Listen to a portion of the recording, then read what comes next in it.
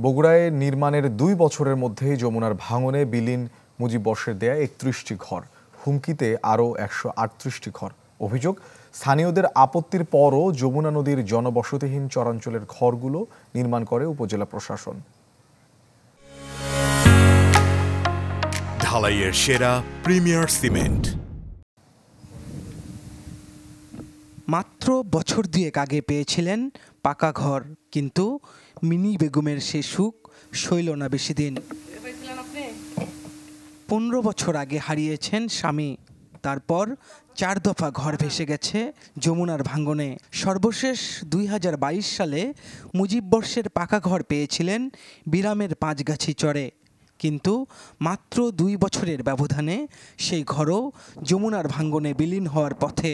তাই বাধ্য হয়ে ভেঙে নিচ্ছেন ইটগুলো। মিনি বেগমের মতো আরও ১৬৮ জন হতদরিদ্র নারী পুরুষ এই চরে পেয়েছিলেন বাড়ি। এর মধ্যে ৩১ জনের ঘর গেছে যমুনার পেটে। বাধ্য হয়ে ইটের দেয়াল ও টিনের চালা অন্য স্থানে নিয়ে যাচ্ছেন বাকিরা।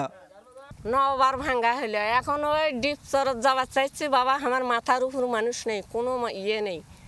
এখন এনাই নিয়ে একক নিয়ে ঘর ভেঙ্গি বাবা। এখন আশ্রয় পাচ্ছি না, এখন কোথায় যাবো এখন কোনোটি আশ্রয় জমি তো নাই কে, এখন কোথায় যাই বাড়ি করবো, কোনো ইয়া নাই কে, আমার ঠিকানা নাই কে।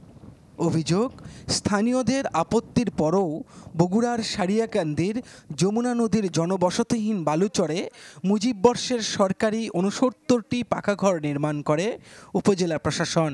পাশাপাশি আরও ১০০টি টিনের ঘর নির্মাণ করে বেসরকারি একটি সংস্থা। অনেক উপরে আপার লেভেলের লোকজন যারা ছিল তাদের প্রভাবে এটা হয়েছে। ওখানে তো কোনো বসত বাড়ি নাই, বা আজ থেকে ২-৫ বছর আগের থেকেই নাই। আমার সাথে পরামর্শ করলে আমি ওখানে ঘর করতে দিতাম না, কিন্তু এমপি সাহেবের কারণে ইউনো সাহেব বাধ্য ওখানে ঘর করছে।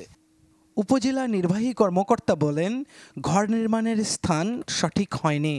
ক্ষতিগ্রস্তদের পুনর্বাসনের আশ্বাসও দেন তিনি।